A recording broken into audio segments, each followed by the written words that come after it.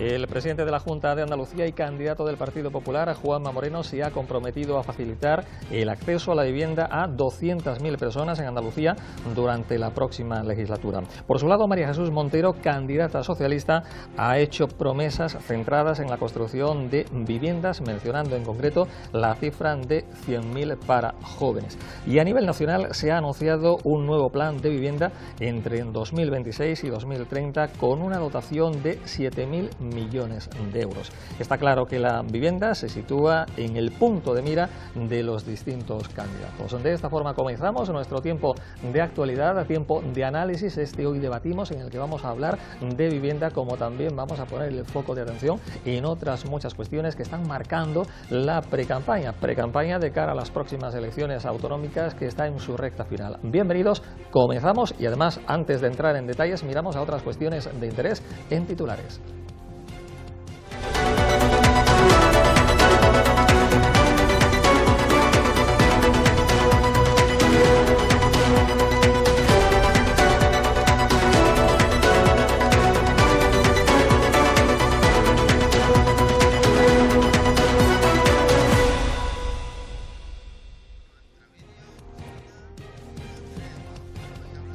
De esta forma comenzamos el tiempo para el análisis. Hablaremos de vivienda, como también miraremos a otras cuestiones. Les hablaremos de una polémica que se ha creado después de esa prioridad nacional, y es que Vox ha importado el America First de Trump y ha desatado, pues con ello parece ser, la confrontación.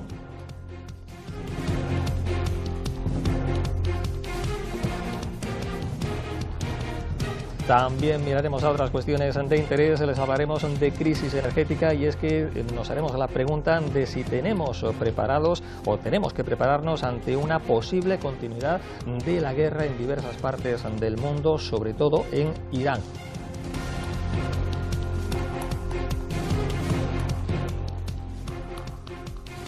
Nos haremos eco de otras cuestiones. Les hablaremos de demoscopia, y es que la campaña se inicia el próximo viernes con las encuestas señalando a una mayoría absoluta por parte del Partido Popular. Y miraremos también a un triste aniversario. Se cumplen 100 días del trágico accidente ferroviario en Adamuz, sin que en estos momentos se conozca oficialmente qué es lo que pasó. Ya saben ustedes que desde el Partido Popular también se ha lamentado que Pedro Sánchez no haya pedido perdón, dicen los populares, ni tampoco haya cesado al ministro de Transportes y Movilidad Sostenible, Óscar Puente. Son algunas de las cuestiones que vamos a analizar en este tiempo de actualidad, como siempre decimos, con un plantel de lujo que vamos a conocer a continuación.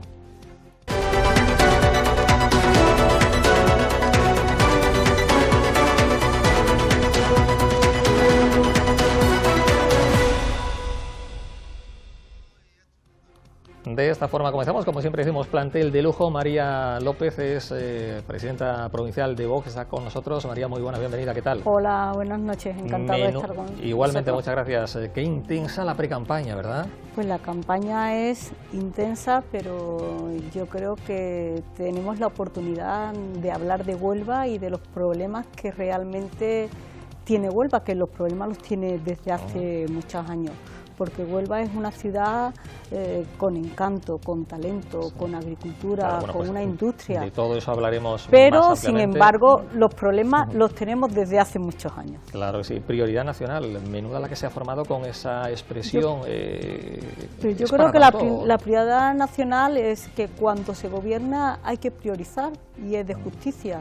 Nadie está quitándole la dignidad a nadie, ni quitando las ayudas a nadie, pero yo siempre lo digo, si yo en casa tengo 2 platos de comida y tengo 2 hijos, pues yo le doy la comida a mis hijos. Bueno, pues bienvenida. Y si me sobra, sí, se lo doy al del vecino, pero primero los de casa. Bienvenida María López, por parte de Vox, y por parte de Adelante Andalucía tenemos con nosotros a Mari, se llama Mari Carmen García, pero la conocen todos mayormente como Mari García. María, muy buenas, bienvenida. Muy buenas noches. ¿Qué tal? ¿Cómo va esa precampaña? Bueno, pues la precampaña va, creemos creemos que es un poco cansada porque en pocos días quieres visitar muchos pueblos, hablar con mucha gente, ver las necesidades de la gente, porque no solamente basta en una precampaña y en una campaña con las propuestas que hacemos desde los diferentes partidos, sino que lo importante también es escuchar a la gente, claro, porque son las que sufren las peores condiciones, las que están sufriendo los recortes,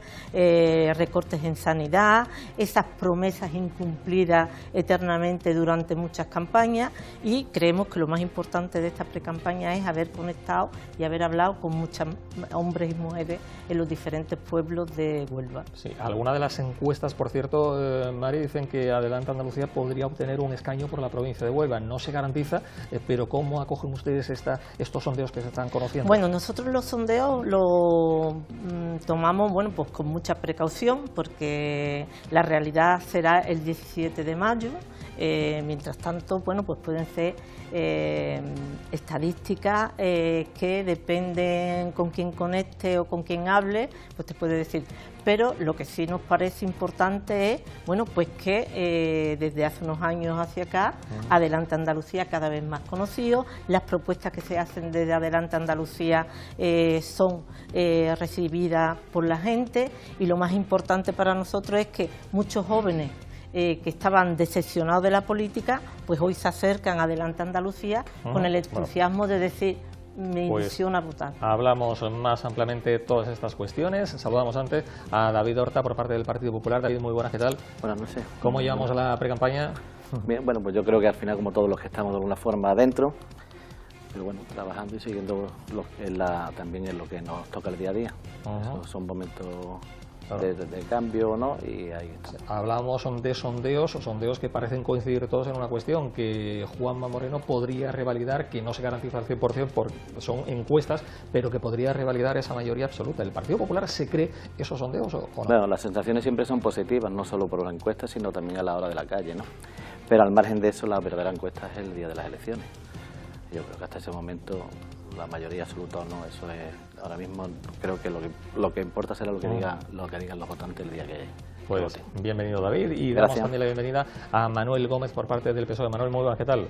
Buenas noches, Antonio, ¿qué tal? ¿Qué tal? ¿Cómo llevamos la pre-campaña? ¿Bien? ¿Cansado? Bien, bueno, todavía no nos ha dado tiempo a cansarnos todavía, porque además yo toda esta cuestión de campaña o pre-campaña, yo la veo con mucha alegría, porque precisamente si eres demócrata, no hay cosa más importante para unos demócratas. Aquí estamos 5 contándote a ti, y yo creo que todos creemos que las elecciones es algo donde el pueblo por fin, la ciudadanía se expresa, y bueno, sí, para los políticos pues es un momento de mucho trabajo, pero yo creo que precisamente lo bonito es eso, estar más cerca de las personas, acercarte, estar más en la calle quizá, que otras veces, sobre todo cuando te dedicas a la gestión, pues muchas veces te dedicas de otra manera, pero el hecho de que tener que estar dando los mensajes que cada formación política tiene que hacer, pues me parece que es el momento para estar quizá algo más cerca de las personas, que a fin de cuentas para las que trabajamos. Nosotros trabajamos para los hombres y mujeres de Andalucía, ¿no? Claro, repito la misma pregunta que le formulé a David y a Mari García. Las encuestas, ¿son tendencia? ¿Están inventadas, como dicen algunos? Las encuestas yo creo que son como las quinielas muchas veces. Hay uno que se lleva la de 14, pero los demás, la mayoría a veces acierta, a veces que no. Como han dicho los compañeros, creo que lo ha dicho David, yo creo que la verdadera encuesta es el día 17, cuando a las 9 de la mañana se abran los colegios y a las 8 de la tarde cuando se cierren los colegios. Entonces ahí sí será. Sí, hay veces, ha habido muchas veces, incluso en Andalucía, más de una vez, ha habido situaciones en las que yo recuerdo algunas elecciones autonómicas donde se daba por hecho, por ejemplo, que iba a ganar el Partido Popular y al final ganó el Partido Socialista, ¿no? No quiere decir que se vaya a dar esa misma circunstancia, pero bueno, que las encuestas, ya digo, hay que tomárselas todo como una referencia. En algunos casos a los que les va bien pues les motivan, a los que les va mal quizás les motiva un poquito más para que trabajen un poco más, pero bueno, no dejan de ser eso. Claro.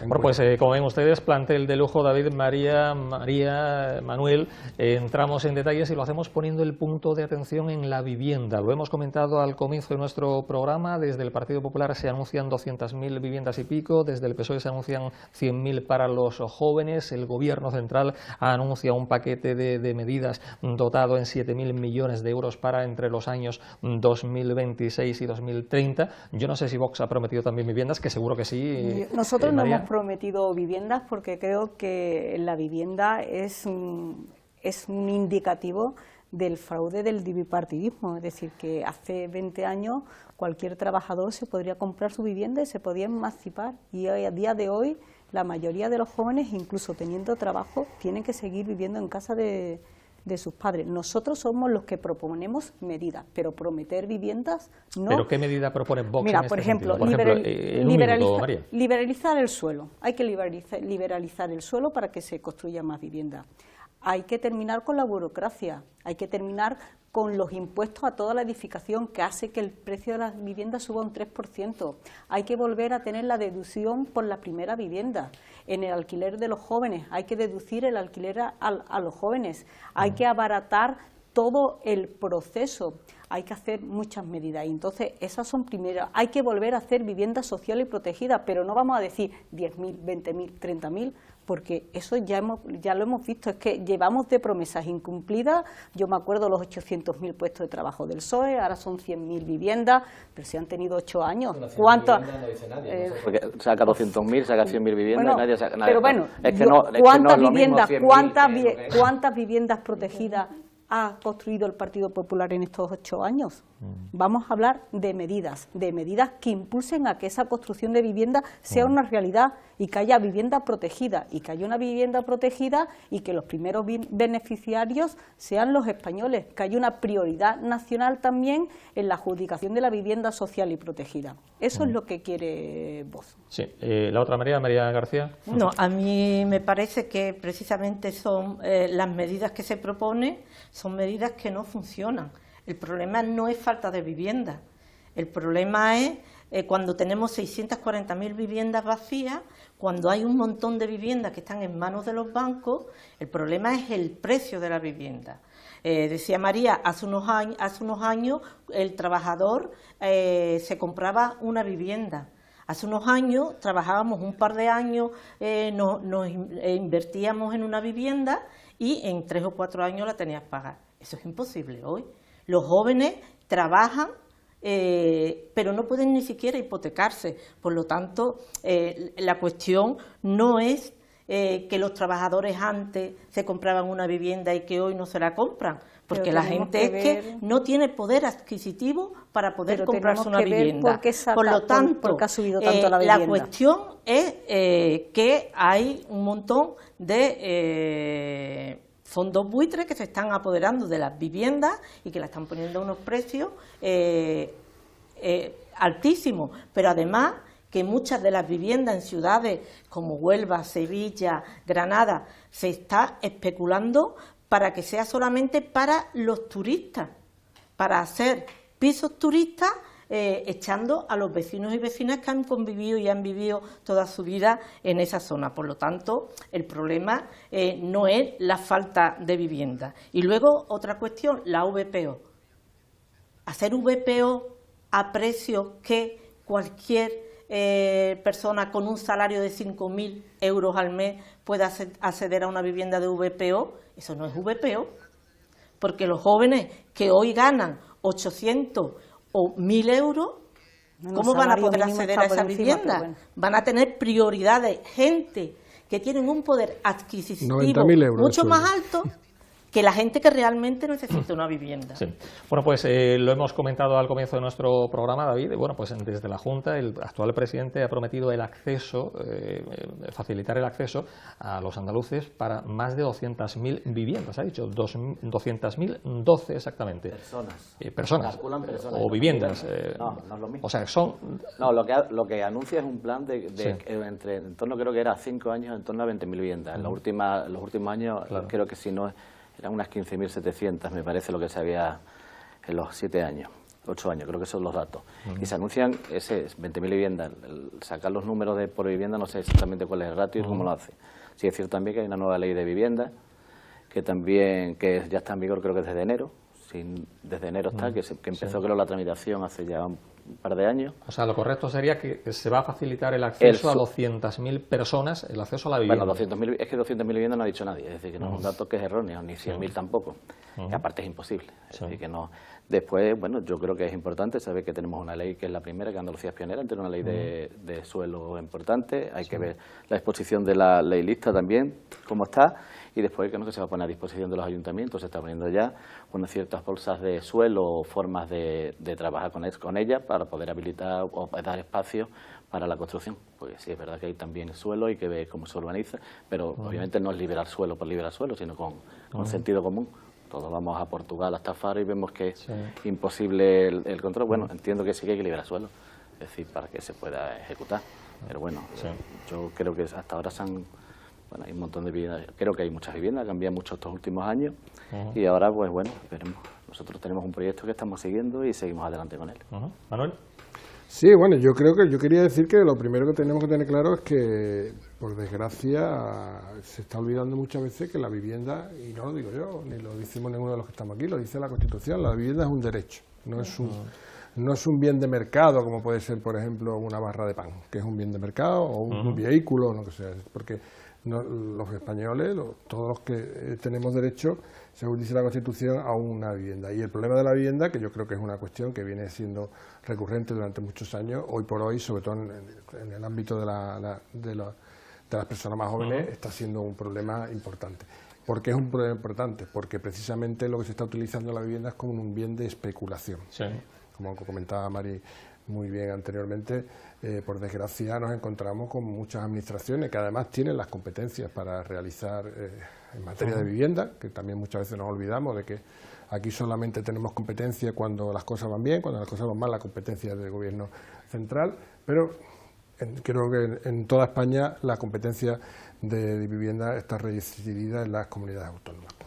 Y el hecho es que nosotros ahora mismo nos encontramos con un gobierno que después de 2 legislaturas pues lleva prácticamente no haciendo política de vivienda, porque la vivienda es una política que hay que hacer, ¿no?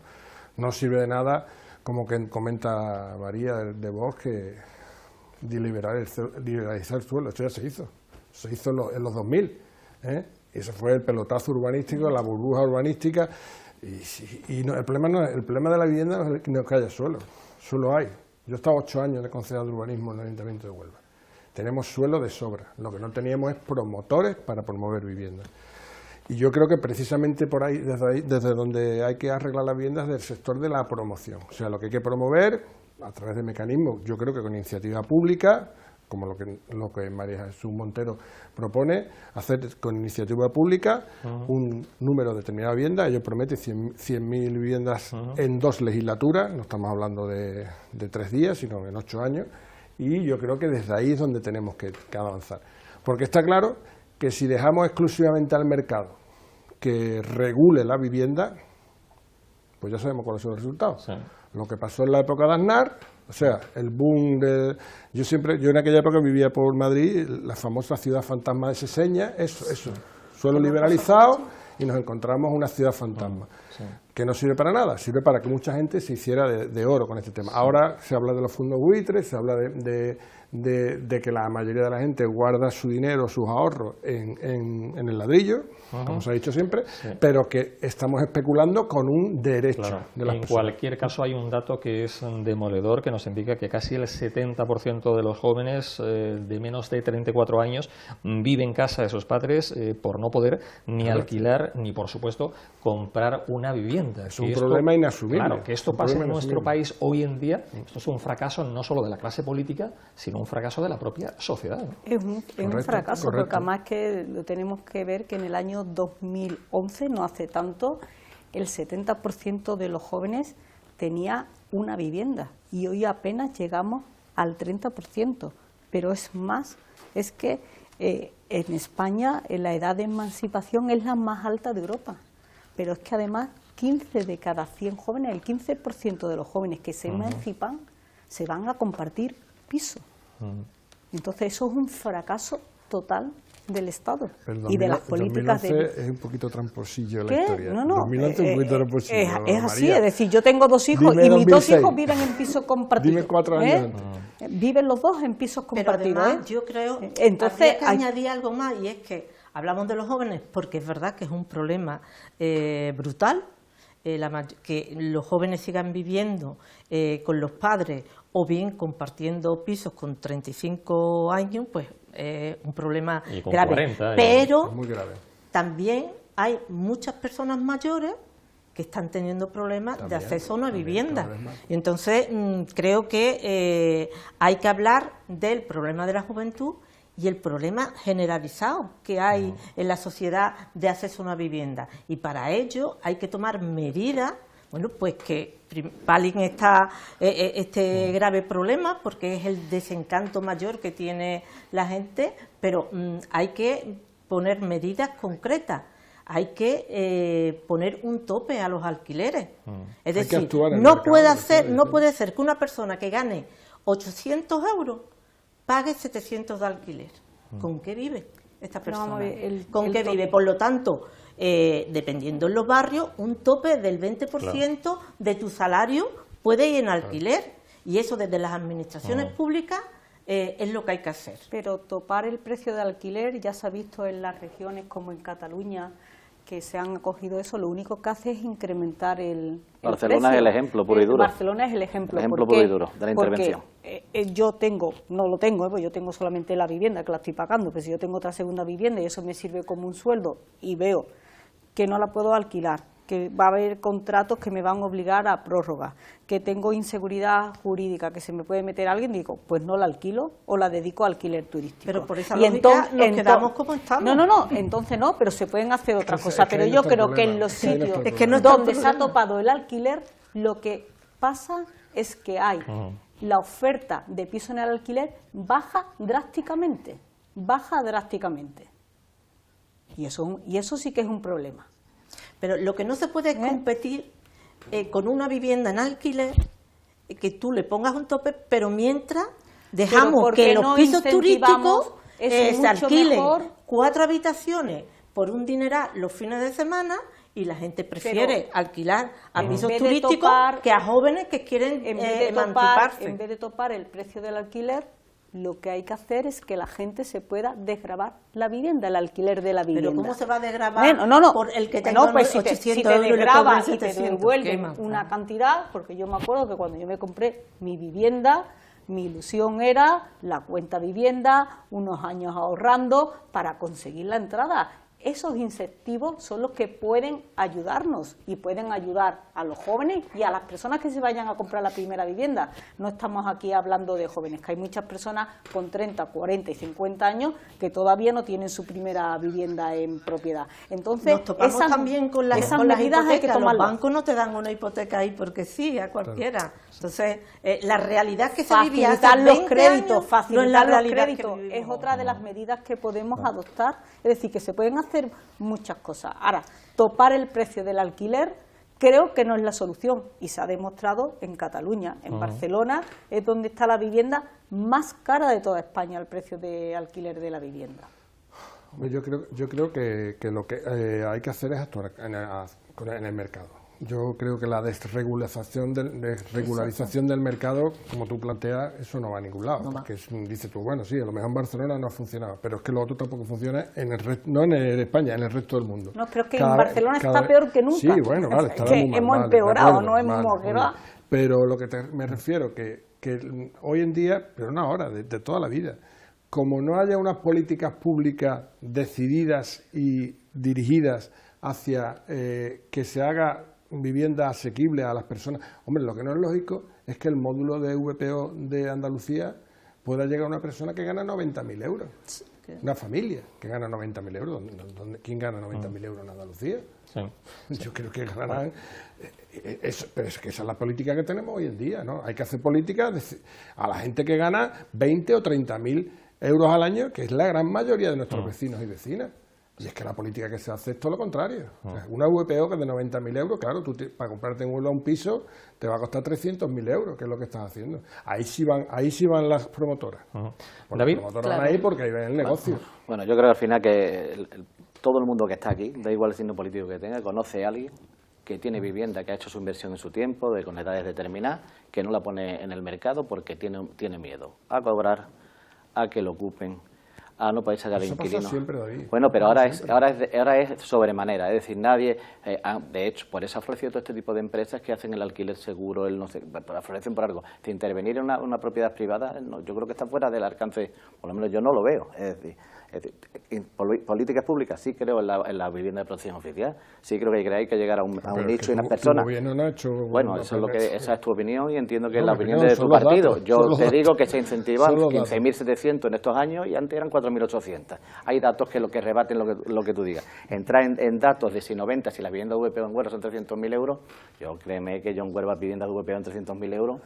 Una familia protegida ha decaído muchísimo de hace unas décadas ahora. Ahora, que si es verdad, hay que incentivar, es decir, ninguno de aquí somos economistas, pero sí somos economistas en nuestra casa. Es decir, yo no puedo hablar de una política fiscal, ni creo que, no creo que estemos ninguno de aquí capacitados para hablar en esos términos al 100%, pero sabemos la lógica aritmética que dice, a mí me das garantía de que yo cuando alquilo y una persona quiero que se vaya y quiero que entre mi hijo, se puede ir. Y si tú no das esa garantía, nadie te va a alquilar. No te va a alquilar. Topar los ejemplos que se están produciendo, el efecto es el contrario. Es decir, la vivienda es verdad que estamos hablando antes de las que son las viviendas estas de alquiler de vacacional y demás. Sí, ayuntamientos como Sevilla, Málaga están desregularizando y están han sacado ya del mercado miles de viviendas ya han quitado de esa tipología. Pero tampoco es la solución. Hombre, hay más de 100.000 y han sacado las que estaban ilegales, pero no se sabe todavía cuántas hay. Es que tú cada vez que te paseas por el centro de cualquier ciudad, ya lo que ves son los candados con los botoncitos. La mayoría son de alquiler, pero hay un miedo atroz a alquilarle a una familia una vivienda. Pero porque no hay garantía. No hay seguridad jurídica. Que es un derecho. Vamos a ver, no hay garantía. Pero sí hay seguridad jurídica para los turistas que vamos a ver, pero vienen. los turistas no. Y hay seguridad turística para mí y para ti si vamos a Madrid. De uno en uno, por favor. Yo no voy a... Yo creo que hay seguridad. Para nosotros sí hay, igual que para un turista. Lo que sí puedo entender es decir que esto de alquiler que yo voy a una vivienda, yo hablo por mi casa y creo que aquí ninguno de nosotros, si tuviéramos garantía y tuviéramos podríamos alquilar una casa perfectamente, pero garantía, tenemos ahora se va a votar en el Congreso, ¿no? Ahora la vuelve a renovarse, ahora ya dice, como no tenemos el apoyo de los nuestros, vamos a volver a decreto por mes para mantener hasta el final de la legislatura. Mira, yo conozco esa no es la forma que tienen alquilado un piso en Sevilla y su temor es que después de 3 años el propietario le va aumentando cada vez más el alquiler, que casi los obliga a irse de nuevo con su familia. Ese inquilino no tiene ningún riesgo el dueño de que se lo ocupe, de que no le pague, porque lleva años. Y sin embargo, lo están presionando para que se vaya. Esa es la realidad que hay. Sin embargo, y tiene garantía, no expone tanto su vivienda a una aventura de lo que me puede salir, no me puede salir. No, es más, lo están apretando para que se vaya y lo alquilen a turistas. Ya hemos dicho que yo vamos creo abreviando que tenemos que hacer un alto en el camino. El tope del alquiler, yo creo que lo que hace es que la oferta en el mercado disminuya totalmente. La inseguridad jurídica hace también que tengamos mucho menos oferta de alquiler. El problema, si no pueden acceder a una vivienda, el problema de la ocupación, de la inocupación, también es un problema y que hay que dar incentivos. Hay que dar incentivos a la gente para que se pueda desgravar una vivienda, a las empresas que tienen, a la Rosa Quintana que tiene 44 viviendas. Hay que quitarle el IVA. Rosa Quintana que tiene 44 viviendas. Ana Rosa Quintana que tiene 44, le damos un incentivo más. A mí siempre y el Gran Wyoming que es de izquierda tiene 100. María Jesús Montero tiene 4 viviendas. Estamos hablando de gente que tiene... Pero ejemplifica eso con nosotros. De uno en uno.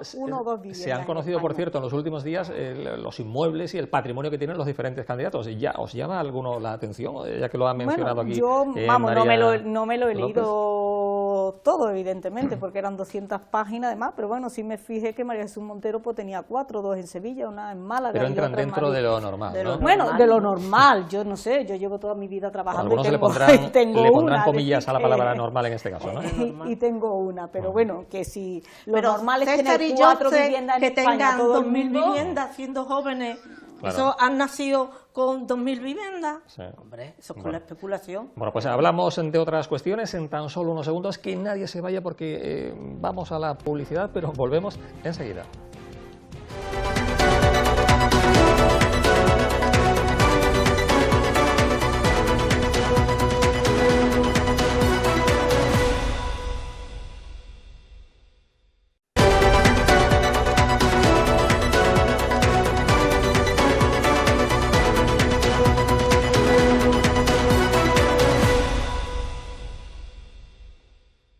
Bueno, pues algunos dicen que Vox ha importado el America First de Trump de Estados Unidos y ha desatado la confrontación con ese tema, con ese lema de prioridad nacional. En pocas palabras, María, ¿qué es eso de prioridad nacional? A ver. Prioridad nacional es justicia, es decir, que cuando tú gobiernas tienes que dar prioridad. Y como los medios son finitos, porque los medios son finitos, pues las ayudas para vivienda, para sanidad, ayudas sociales, pues primero para los de casa y luego para los de fuera. Pero es más, a mí me ha llamado la atención que hoy ha salido algunas encuestas que no sé si decía que el 20% de los votantes del PSOE o el 30% estaban a favor de la prioridad nacional. Y el PP pues está con nosotros en los gobiernos de Extremadura y en Aragón y está firmando la prioridad nacional. Y es lo que yo digo. Todos comprenden, es decir, que estamos contribuyendo, los españoles estamos contribuyendo a un estado de bienestar. Si nosotros somos los que estamos pagando impuestos y demás, tenemos la carga impositiva, pues lo lógico también es que primero las ayudas sociales para vivienda y demás llegan a los españoles. Y si hay dinero para todo, hay dinero para todo. Pero el problema es que se está tensionando mucho tanto la vivienda como la sanidad, como los servicios públicos. Hemos visto que el otro día, la semana pasada, con el tema de la regularización de inmigrantes, el Ayuntamiento de Huelva ha pedido financiación al Estado para meter más personal, porque no podía asumir la avalancha de peticiones que venía. Es que el problema de la vivienda también tiene que ver, es que a España ha llegado más de 3 millones en los últimos años, y en el último año no sé si han llegado 1 millón de personas, más que todos los que han llegado a Italia, a Bélgica y a Holanda juntos. Eso también tensiona el mercado de la vivienda. Sí. Pues que es la prioridad nacional. Bueno, pues, primero los de casa y si nos sobra, pues repartimos. Sí, pues, ¿qué opina María García de todo ello? Mira, a mí me parece, bueno, primero porque es inconstitucional y rompen con un pueblo como es Andalucía, que ha sido siempre solidario, aparte de que ha sido un pueblo emigrado. ¿Cuántos trabajadores y trabajadoras tuvieron que dejar Andalucía en un momento que Andalucía no le daba de comer? Pero es que hoy muchos de nuestros jóvenes, después de estudiar, se tienen que ir fuera. Si fuera hubiera el mismo concepto de prioridad nacional, ¿cómo tratarían a nuestros jóvenes? ¿Cómo lo tratarían? Hombre, y creo que además ese mensaje que constantemente lanza Vox de las paguitas, que es falso, es que es falso, de que paguitas cuando llegan, cuando tienen un permiso de trabajo en trabajar, si no han cotizado, que por cierto, una vez que trabajan, pagan impuestos. Aquí nadie les regala nada a todos estos trabajadores y trabajadoras de diferentes nacionalidades que vienen aquí. A mí me sorprende cuando se habla de preferencia nacional, ¿cuántos guiris han comprado vivienda en Málaga? Si la mayoría de las viviendas, es que hay pueblos que son... Nadie, no he escuchado nunca criticar a Vox de que no se le dé prioridad nacional a la hora de comprar una vivienda y que esta gente no se la puedan comprar, que antes venían y con 500.000 euros podían comprar sus viviendas, que por cierto ha hecho también que aumente el precio de la vivienda para muchos malagueños y malagueñas que hoy no pueden acceder a una vivienda. Y luego nuestro programa, porque te voy a decir... Y hay otra cuestión, Dice que conocen muy poco su programa. Porque ¿Lo conocen o no lo conocen, ¿cuántos turistas hay que vienen a hacer turismo sanitario? Y precisamente no son esos que ustedes criticáis tantos del pañuelo, ¿eh? No, yo no critico. Han venido de nacionalidades europeas al turismo sanitario. Sí, Nunca habéis pida la palabra, yo en este tema quiero ser muy serio. Quiero ser muy serio porque a mí me preocupa mucho este tipo de mensajes, con independencia de que por supuesto son ilegales y vosotros lo sabéis de más, porque sois gente que conocéis las leyes y sabéis que son ilegales. Plantear cuestiones como esta, a mí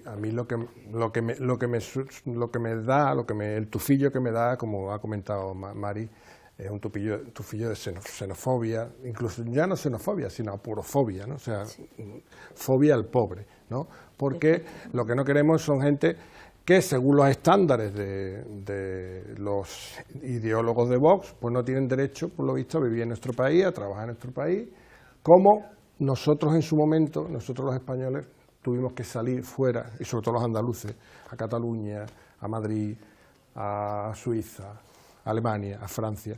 Pues por lo visto nosotros lo podíamos hacer y lo pasó mucha gente muy mal en esa época, y ahora parece que nosotros ahora somos como seres superiores, ya digo, según los ideólogos de Vox, y claro, además ellos entienden, porque esto no se hace porque sí. Esto se hace porque hay una cierta tendencia a mover los bajos instintos y el egoísmo de las personas, que muchas veces es así. Y es así, María, me digas como lo digas, porque es una cuestión, si tú lo acabas de decir, primero los míos y luego los demás. Yo creo que perdona, que no termino todavía. Bueno, que termina Manuel y después sigue David. Perdona, termino en un momento. Lo que está claro, y a mí lo que me preocupa no es las barbaridades, porque son absolutas barbaridades lo que dice Vox, porque además por eso me quiero poner serio, porque no me parece ni siquiera merecedor de hacer ninguna chanza, pero a mí lo que me preocupa es qué va a hacer el Partido Popular en el caso que tenga que pactar con Vox, aquí en Andalucía, porque aquí estamos hablando de elecciones en Andalucía, y en Andalucía ¿qué va a pasar? También vamos a tener un Juanma Moreno hablando del arraigo, que es el invento que se han buscado ahora para disfrazar el racismo y la xenofobia de Vox. ¿Eso es lo que vamos a tener? ¿Pero qué es el arraigo? No sé, lo sois vosotros, lo decís vosotros. Es que me sorprende hasta el discurso de ella. Es decir, para empezar, no es ni eso lo que se plasma ni en los documentos de Castilla, de Extremadura ni de Aragón, exactamente como lo estás diciendo, no. Sí, es verdad que se habla, y siempre se habla conforme a ley, porque obviamente no se puede ni contra la Constitución ni contra las doctrinas europeas, eso está claro. Por lo tanto, entráis en una suposición de que la ley no se puede pasar, y la ley está por encima de cualquier comentario de ella, mío, tuyo o de ella. No, lo primero que he dicho, Sí, no, pero es decir, que no se trata, es decir, pero la arraigo al final se mira, por lo que yo leí, que yo considero que la vía es la nuestra, la vía andaluza, la vía Juanma Moreno, que no va por esos derroteros, pero por lo que yo he leído y he escuchado el discurso de Ascón y algunos más, se habla, siempre se pone en la coletilla de la ley y siempre se habla de que se mide en la contribución, en la cotización, se vienen a ser factores que le afectan tanto a un español como a cualquier persona que esté trabajando o aquí, es decir, que no se puede tener diferencia en una persona que vive en Francia y una de España, eso iría contra natura, eso va contra los tribunales europeos, eso va contra la Constitución española, es decir, estamos hablando de cosas que yo creo que se está sacando un tema un poco fuera de sitio, tanto por parte de Vox, que habla mucho más exagerado y está también en una pompa que yo creo que es porque es un tema totalmente demagógico como por parte de la izquierda, que también está hablando de xenofobia, racismo. Yo creo que son que los dos. Yo creo que hay que leerse primero los acuerdos, antes de venir a decir xenofobia, lo otro, porque no es el acuerdo es lo que dice el acuerdo, y lo que está acordado y está escrito no es interpretable. Pero decir que los españoles primero eso no está plasmado en el documento. No, lo que dicen ellos. Bueno, una cosa es lo que yo digo y otra es lo que se plasma en el documento, pero si queréis decir que la vía de Extremadura y Aragón, tenéis que leerse cuál es la vía de Extremadura y cuál es la vía de Aragón. A mí me preocupa la vía de Andalucía, entonces, pero estáis ejemplificando, pero que se lea en el documento, o quizás no sé, tú si te has leído, pero yo lo que has dicho no se corresponde con la firma del documento. Bueno, lo primero que tendría es que ponerse de acuerdo a ver qué es lo que estamos debatiendo y no es un tema de acuerdo. Está bien, pero si ella dice una cosa, tú dices otra, y soy los dos que habéis firmado ese documento. Yo no he firmado el documento ni que haya firmado el documento. Yo apuesto por la vía andaluza de Juanma Moreno y no se contempla la situación. También es cierto, pero también objetivamente o subjetivamente, como lo queréis llamar, yo analizo los documentos y la firma de documentos no dice ni lo que dice ella ni lo que dice ustedes. Es decir, no es cierto. Ni la exageración por un lado, ni también el hecho de que queremos echar a los extranjeros, y ahora que si el turismo sanitario existe desde hace 30 años que venían los ingleses a la costa de Valencia y venían ya con las caderas rotas. Eso ha existido siempre y es cuando todo lo que son los sanitarios, los primeros fueron los valencianos que le dijeron a la sanidad, empezaron a cobrarlo los ingleses. Es decir, que eso no es nuevo de ahora que venga la gente a Málaga. Eso ya, ahora sí hay acuerdos bilaterales y se está cobrando, pero que se está hace 25 o 30 años. La sanidad va totalmente. Yo no ya no vienen tanto porque la sanidad va floreando. Eso se ha floreando. hecho, pero que nunca, Vox nunca lo escuchará criticar eso. Siempre es lanzar mensajes xenófobos, lanzar mensajes contra los migrantes, dependiendo qué nacionalidad. Bueno, vamos a ver, yo creo que hablar de xenofobia es ponernos a pelear y de verdad olvidar cuáles son los problemas que tienen de verdad los españoles, que es una sanidad saturada, una vivienda pero no es precisamente una sanidad saturada, una sanidad privatizada. Privatizada, vamos, no sé, podríamos aquí preguntar mucha gente, pero la sanidad pública está saturada. Claro. Tú vas a un centro de salud en El Molino, estuve el otro día con la Asociación de Vecinos del Molino de la Vega y me decían que para una cita médica se estaba tardando entre 14, 18 y 20 días. Yo en enero tuve que ir al médico y pedí una cita. Pero esa y culpa tardé la tiene el migrante que viene aquí a trabajar. Que una cita médica. Eso no es tener saturada la sanidad, porque la sanidad también. Pero no la culpa de los migrantes, ¿no? De las personas a las que hay que tratar. Y no es lo mismo tener a todos dimensionada una sanidad para 1 millón de personas que si te vienen 200, 300, 400.000 o 500.000 personas de fuera. Si tenemos dinero, pues encantado de la vida. No podemos dejar a nadie en situaciones extremas. Por supuesto que hay que atenderlo, pero lo que no podemos hacer nunca habéis criticado la privatización de la sanidad, pero sí siempre nosotros, vamos a ver, nosotros estamos a favor de una sanidad pública. La sanidad pública está saturada después de un mensaje sobre migrantes. Nosotros estamos a favor de la sanidad pública, estamos a favor de la sanidad pública. Lo que está mal es el modelo sanitario que llevan aquí aplicando tanto el PP como el PSOE y que se ha demostrado que es un verdadero fracaso.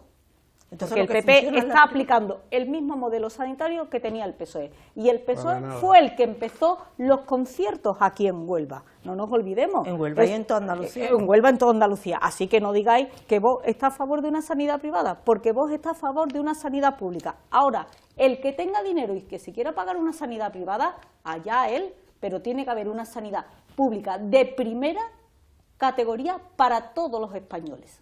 Para todos. Y eso es lo que hay que luchar. Y ahí sí que tenemos el criterio de prioridad nacional. Si no tenemos médicos para atender, ¿cómo vamos a atender que se muera? Que se muera el que está en la puerta. No, estamos diciendo que no podemos dejar que nadie se muera.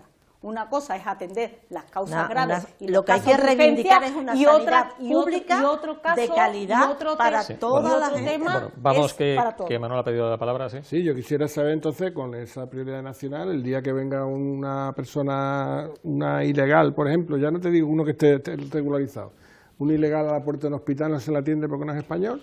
Estamos diciendo que en caso de urgencia la dignidad de la persona está por encima de todo y claro que hay que tratarlo. Bien, hay que tratarlo. ¿Y en caso de urgencia qué le llamamos? ¿Que se esté muriendo? Bueno, ¿y qué pasa? Si tenemos 2 en la puerta de urgencia, un español, ¿a quién atendemos primero? A los dos. A los dos, pero hay que atender a los dos. Pero hay medios, ojalá tuviéramos la varita Lo que habrá es que exigir que haya medios y que los medios públicos vayan para la sanidad pública, no vayan para la privada. Cuando haya medios, y hay servicios públicos para todos, no estaremos hablando de este tema. Bueno, pues vamos a ir cambiando de asunto porque nos llevaríamos mucho tiempo con este asunto tan polémico de la prioridad nacional y les hablamos ahora, hacemos una mirada internacional y les hablamos de la crisis energética. Parece que la guerra lamentablemente va para largo y la pregunta es, ¿tenemos que comenzar a preocuparnos y prepararnos por si la cosa sigue adelante, lamentablemente, David? Bueno, yo creo que... Porque ha subido todo, ¿no?, en los últimos días y en las últimas pero semanas, bueno, ¿no? yo creo que el tema, llevamos nosotros un año ya con este problema. Hoy se cumple precisamente un año del gran apagón, que a fecha de hoy no sabemos, ¿no? Que desde entonces, desde abril del año pasado, Tenemos en la factura no me acuerdo cómo se llamaba, un epígrafo, una historia, en el cual la factura media por ese día ha subido a un particular un 10%, 15%, una pyme un poco más y a la empresa hasta un 50%. Eso ya venimos arrastrando, es decir, que no es solo lo de la guerra, que desgraciadamente influye, pues está influyendo, no es que desgraciadamente influye. El tiempo, pues el tiempo es lo único que va a dictar si realmente hasta qué punto llega. El deseo de todos los que estamos aquí, porque eso yo creo que es compartido, que esto acabe cuanto antes, ¿no? Y se normalice. Pero creo que la crisis energética la tenemos de hace más tiempo y en España creo que hay problemas de temas energéticos de hace mucho tiempo. Es decir, ¿cuáles, por ejemplo? Yo, para mí, la apuesta desmedida, o por lo menos la apuesta no desmedida, pero sí, porque las energías verdes creo que sí, que están bien, y además que cuando hay situaciones, es decir, yo tengo una madre que casi es autosuficiente en su casa, ¿no? Puede ser autosuficiente, pero es verdad que cojo ahora derribo las nucleares y ahora yo solo me dedico al verde. Eso es lo que pasó el año pasado, sin todavía tener nadie saber qué pasó. Pues al final, si yo juego a ser el más grande para decir que soy el más chulo de Europa porque soy capaz de un día de mantenerme con energía eólica, pues el gran apagón. Que por cierto sigue sin nadie lo típico que pasa en este gobierno. Nunca hay responsabilidad de nadie. Es decir, el regulador echa la culpa a los regulados. Eso no ha pasado nunca en la vida. Es decir, reguladoras regulados que hacen lo que tú me dices son los culpables, las comercializadoras. Pero bueno, ahí empezó la crisis. Creo que el mix energético tiene que estar. De las grandes empresas, ¿eh? Bueno, pero es que en gobierna, es decir, igual que yo no puedo decirle a Juanma Moreno, igual que le digo a vos, es decir, decirle a Juanma Moreno o a Adelante que regula la inmigración es absurdo. Es decir, hay competencias que son estatales y competencias que son, es decir, incluir determinadas cosas en estos acuerdos a veces es un poco fuera de juego. Es decir, las competencias estatales son las que son y las autonómicas son las que son. Es decir, yo no le voy a decir a Loles López, usted tiene que controlar a través de Jesús Toronjo la inmigración. Es absurdo. Es una barbaridad lo que no se lo puede hacer. Eso es una competencia. Yo puedo decir mi situación, cómo estoy, qué puedo, qué no puedo, pero no puedo regular. Dice a otros compañeros de los demás el Ayuntamiento de Huelva, que por ejemplo, que todo es competencia del Estado. Hablo por mí, pero vamos, esa competencia... Yo no conozco una competencia que al final termine siendo competencia del gobierno. Bueno, la de inmigración, probablemente la inmigración no. Sí, no, pero mira, de empleo, de vivienda, de servicios sociales, de sanidad. Todas son cuestiones que al final terminan siendo competencia del gobierno de España. Tú puedes trabajarlas, pero tú no tienes competencia de decir si entran o no entran inmigrantes. Vale, y en las energéticas digo lo mismo, es decir, esto ha sido una apuesta, sinceramente yo creo que ha sido en plan ególatra, soy capaz de hacer esto por encima y cierro las nucleares. Pues sí, pues por mi parte sí, porque entiendo. Bueno, pues dame una explicación como Grupo Socialista de por qué se fue la luz ese día. No, es que es muy simple. Un momentito que Manuel ha pedido la palabra y ahora seguimos. Es que el problema es estamos hablando de la guerra de Irán. Yo digo que vas a ir tú. No, espérate. Me voy de que hay crisis energética desde ese momento. Pero es que hoy hace un año del gran apagón y creo que hay que recordarlo. Pero de verdad que el problema que tenemos ahora encima de la mesa es que no se puede criticar Trump. Exactamente. Vamos a ver, aquí el problema que hay es que tenemos una guerra. Tenemos una guerra encima que resulta que está cerrado el estrecho de Hormuz. A ver si pillamos un poquito de dónde estamos. El estrecho de Hormuz significa que el petróleo se está encareciendo. Perdona que sea tan básico, pero es que me parece a mí que estamos hablando del apagón y de no sé qué. Podría hablar que mañana se me ha pinchado a mí la rueda del coche y que vaya tela que no tengo neumático. Vamos a ver, en España, y en España no, en Europa, porque nosotros somos ya a estos efectos, como un país prácticamente, una economía unificada con una moneda, tenemos un problema muy grande con la subida de los precios como consecuencia del aumento de los gastos energéticos. Eso es evidente. Lo mismo que nos pasó hace 4 años con la invasión de Ucrania por parte de Rusia. Prácticamente la situación es muy parecida. En estos momentos hubo países que tomaron determinadas decisiones y otros tomaron otras decisiones. Pero bueno, hablar ahora de que esto es culpa de las renovables, de si la energía eólica, además con ese tonito un poquito que me parece que sobra, ¿no? En el sentido de como de cachondeo, yo creo que la industria de la energía renovable en este país es muy fuerte, es muy importante, da muchos puestos de trabajo y yo creo que precisamente, y se lo digo a los de vos, que sois tan patriotas, hace y permite que España sea un país mucho más independiente de materia energética que lo era hace 20 o 30 años cuando no existía. Ahí te quería responder. No, espérate que termino. España como país, tenemos un ejemplo que fue en la guerra de Ucrania. Subieron el recibo de la luz y se optó, después de mucho trabajo por parte del presidente Pedro Sánchez, la solución ibérica, que iba de la mano de España y Portugal.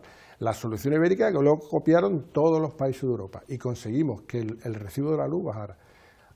Por tanto, ya tenemos ese precedente. Yo creo que lo que habrá que actuar será de la misma manera o parecida. Vamos terminando. Y ojalá la oposición, esta vez, a diferencia que hizo otra vez, no empiece a poner piedras en el tejado, piedras en las ruedas como hizo anteriormente. Bueno, María López o María García. Yo lo que digo es que es verdad que hay que recordar que hace un año del apagón y que seguimos sin saber qué es lo que pasó y las consecuencias que tuvo para muchos españoles. Y que es verdad que esto fue culpa de las políticas fanáticas ecologistas del gobierno del que tenemos ahora, porque lo que se ha cargado nuestra soberanía energética, porque cierran las centrales nucleares. Nadie sabe, o casi nadie sabe del público, que las centrales nucleares son las que menos contaminan, es la energía rosa, son las que menos CO2 emiten. Sí, te ríes, pero es así, son las que menos contaminantes. Ahora mismo en Extremadura también se ha llegado a un acuerdo, se ha llegado al acuerdo para evitar que se cierre la central nuclear de Almará. Tenemos que hacer que seamos energéticamente, seamos soberanos. Y claro que hay que contar con las renovables. Pero hay que contar con las renovables, con las térmicas, con las nucleares y con todo. Evidentemente, la guerra influye en el alta del petróleo, pero ¿quién es el que recauda más cuando el petróleo sube? Pues la gasolina sube y el gobierno pues embolsa una cantidad ingente de dinero, porque son muchos los impuestos. A mí me parece el Estado, tú eres política, no me vengas con el gobierno. Primero, excusarse, a ver si me va a decir que se lo lleva Pedro Sánchez. Un problema para tapar y no querer hablar de la realidad concreta en la que estamos envueltos hoy. Hay una crisis energética por unas consecuencias de una guerra injusta. Una guerra injusta que lo único que tiene es intereses económicos.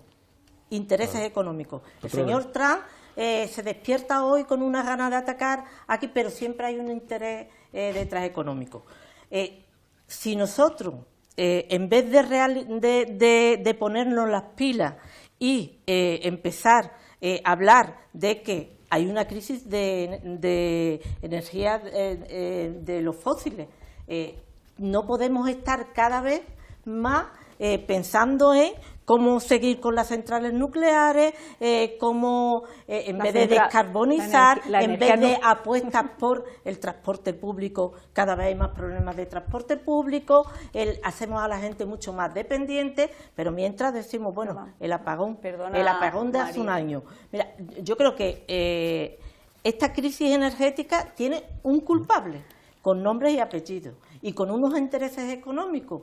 Y hay que decirlo porque creo que la ciudadanía cada vez tiene que tener más claro que todas las guerras son injustas. Todas las guerras. Pero cuando son por intereses económicos, son todavía más injustas. Bueno, pues Manuel, 30 segundos, María. Nada, solamente recordar que la energía nuclear no es una energía fósil, eso es lo primero, que es la que menos CO2 emite al planeta y a la atmósfera. Eso sí, Manuel, y que tenemos que ser soberanos energéticamente y no podemos depender del tercero ni del gas ruso. Con la energía renovable. Con el petróleo somos muy independientes, sí. Porque como tenemos petróleo en Burgos, en Huelva y en Huelva tenemos San Juan del Puerto.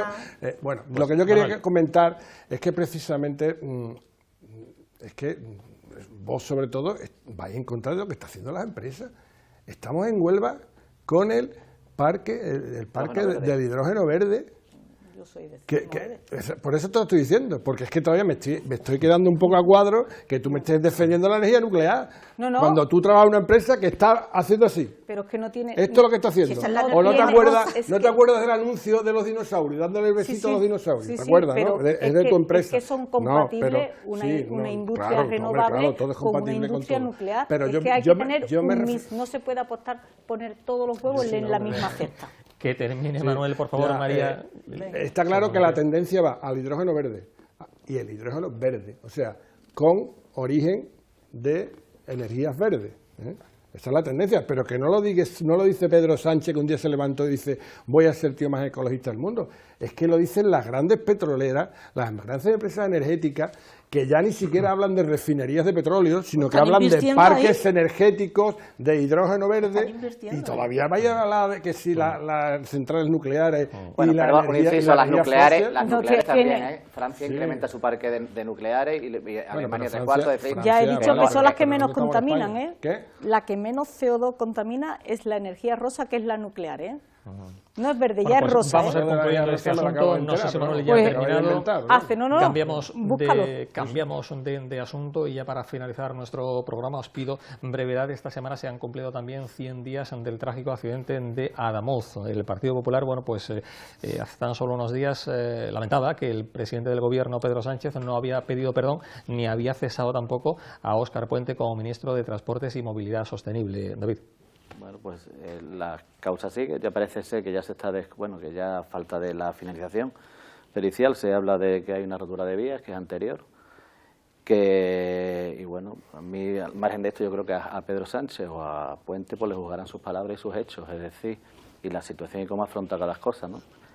A uno por inacción o simplemente mantener al margen, en este caso el presidente, y a Puente por mantener discursos diferenciados y estar haciendo siempre política de Twitter, que yo creo que es lo que más aburre a cualquier andaluz de bien.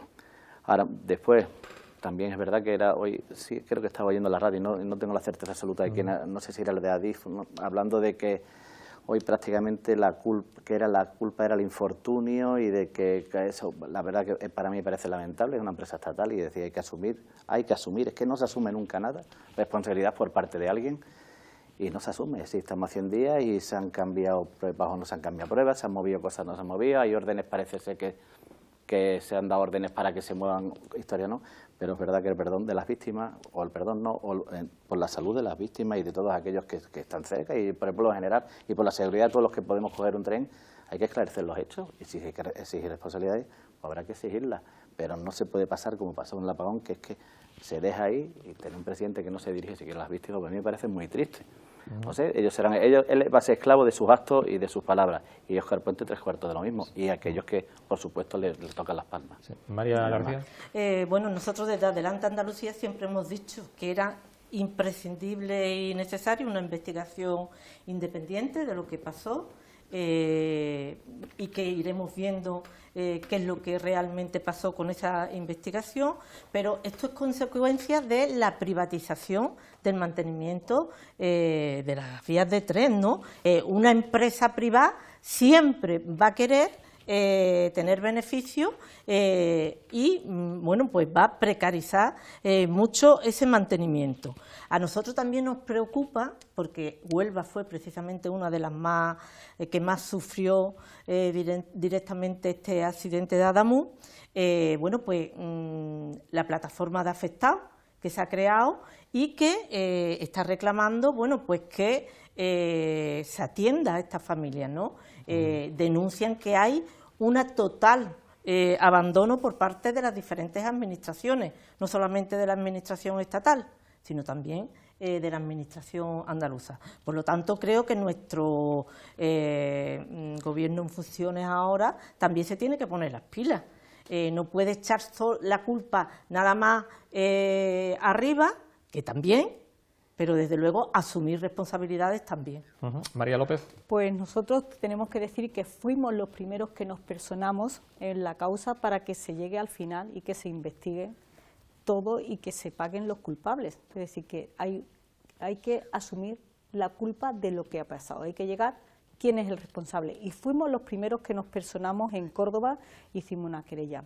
A mí también me extraña el cambio de rumbo que ha hecho el Partido Popular, porque en los primeros días de la pandemia pues se daban besitos, Óscar Puente con Juanma Moreno, la boca se les hacía agua hablando uno de otro, y es así, podéis mirar la hemeroteca, las declaraciones de uno y de otro y demás. Ahora es verdad que estamos en otros tiempos y demás, pero lo que sí es verdad es que hay una falta de mantenimiento de esas vías, hay una falta de mantenimiento y hay que ver el dinero que se dedicaba al mantenimiento de las vías de los trenes.